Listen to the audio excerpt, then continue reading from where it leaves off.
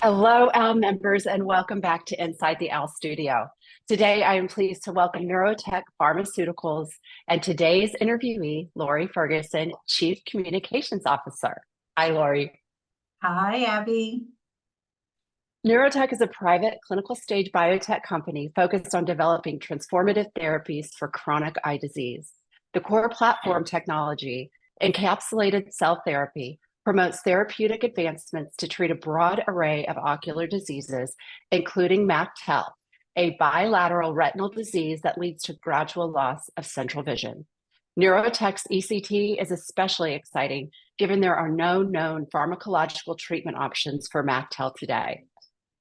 We are so grateful at OWL to have Neurotech support as a uniting sponsor this year, and I am so thrilled to serve alongside you personally, Laurie, on the OWL Board of Directors. Additionally, Laurie has also served as chair for our New England OWL chapter and will also chair our OWL Fellows program starting this year. So the contributions you have given this organization are simply amazing and so appreciated by myself and all of our OWL members. Thank you for all you do, and welcome again to Inside the OWL Studio.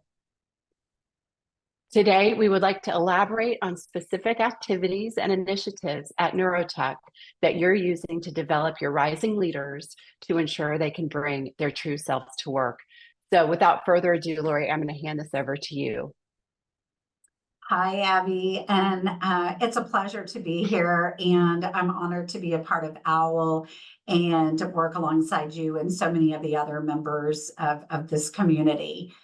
So when I think about Neurotech and what we're doing to really develop our rising leaders, now Neurotech is pre-commercial. And so we're building a company and we're building a team, which is extremely exciting for me to be a part of, to see this growth and the potential impact that we'll have towards bringing a new therapy to market for patients in need.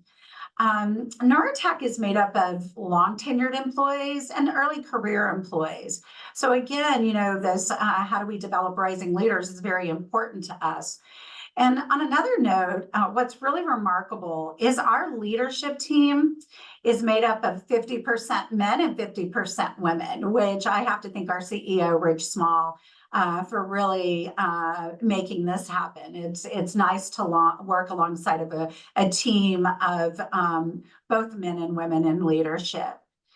And, our culture is one of transparency. We're small enough, so we're all together. We have two offices, one in Rhode Island, which is our development office, and then a commercial office in Needham, Massachusetts.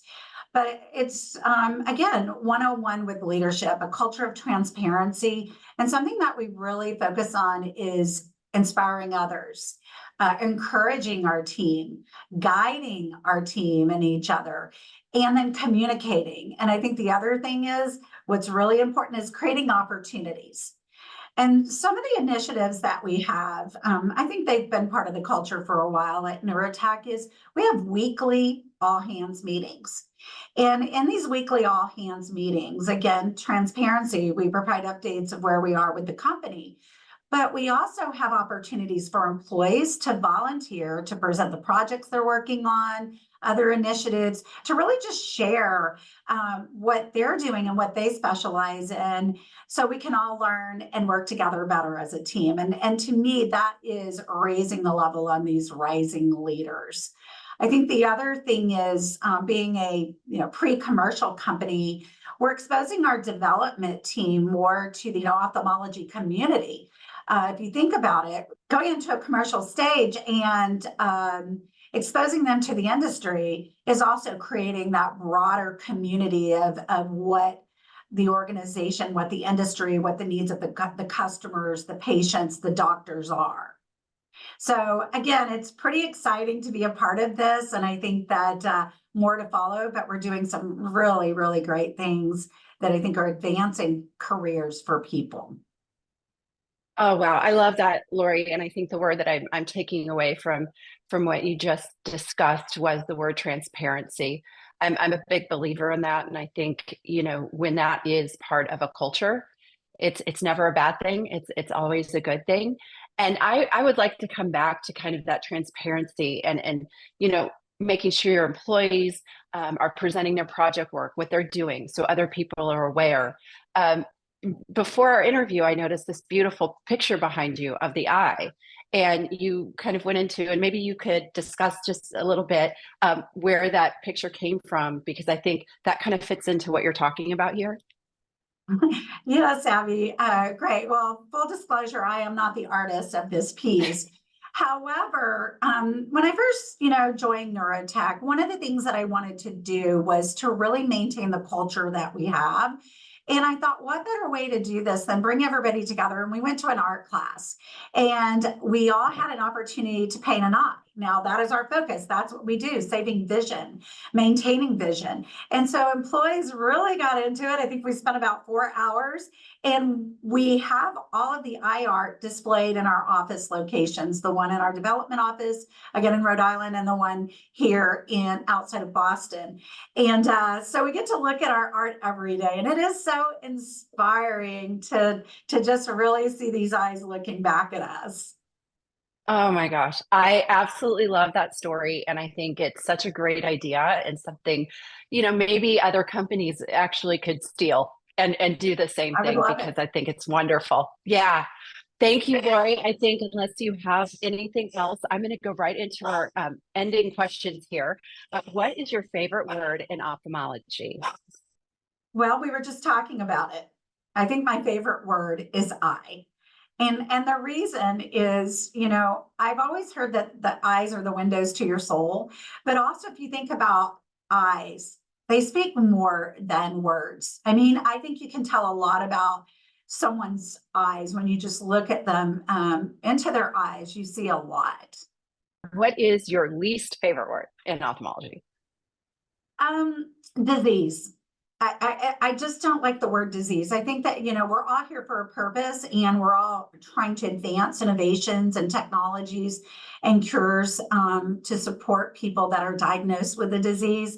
But that word disease, just in general, it's just not something that I really like. I agree. I agree. Now, getting into the more professional side, if there's a role that you would like to pursue in kind of our world of eye health, what would it be? I have a passion for the patients, and I always think about working closer with patients, whether it's patient advocacy, whether it's in a clinic where you're really working to help personally the patients and their caregivers. I think that would be very rewarding. And again, I touch on it in small pieces, but I just think that would be the ideal job in ophthalmology, is to be closer to the patients, understand their needs, understand their concerns, and really support them in a way that helps them get through whatever they've been diagnosed with through their management and treatment. So I would be closer to the patient. Nice. I like that. I think you are probably the first interviewee that we've had that has said that, and I love it. So, what role would you not want to pursue and why? Oh, well, on the flip side, I don't think I could be an eye surgeon. I mean, spending all the time with the ophthalmologist, the retina specialist, they have such a skill, such a talent, but they have people's visions in their vision in their hands. And I just think that it's such a rewarding career, but I don't know if I have the patience. I don't know. I just think that I would be stressed all the time. But I admire them for what they do for the patient and for everyone, and for the industry. But I just don't think I would be cut out for that. Yeah, no, they're truly amazing. So if there's one thing you think you could contribute to more authentic leadership in our industry, what would it be? I think going back to being a role model, inspiring myself so I can inspire others, putting myself out there. And I think that I'm doing it right now, is being able to be part of the fellows program and really chair that for OWL, to do mentoring in other organizations and networks. I just want to give back what I have been given along my career. And I just think contributing more to mentoring, to being there for people, being present and having that open door so that people feel comfortable coming to me and asking me questions and I also learn from them. So I think it's just continuing to give more back and helping those rising leaders and early career individuals. Yeah. And on the mentoring note, I think too, it's important to remember that no matter what stage you are in your career, mentors are always appreciated and needed. We tend to think that the younger generation, they need the mentors, which of course they do. But I think people of all ages welcome mentors, any stage in their career. So that's my 2 cents for that. But here is your surprise question, Laurie. If you could be any animal, what would it be and why? Oh my goodness. I was prepared for a cocktail, but an animal. I am Uh-huh. a dog lover. I am a Labrador lover. I've had 3 Labradors.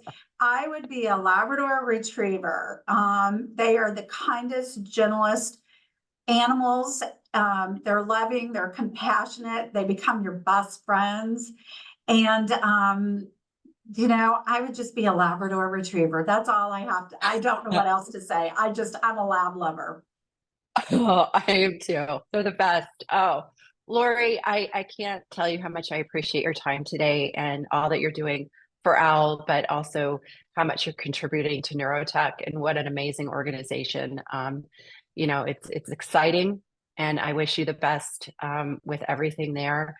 But thank you again for your time, and that does it for this Inside the OWL studio. Thank you, Abby.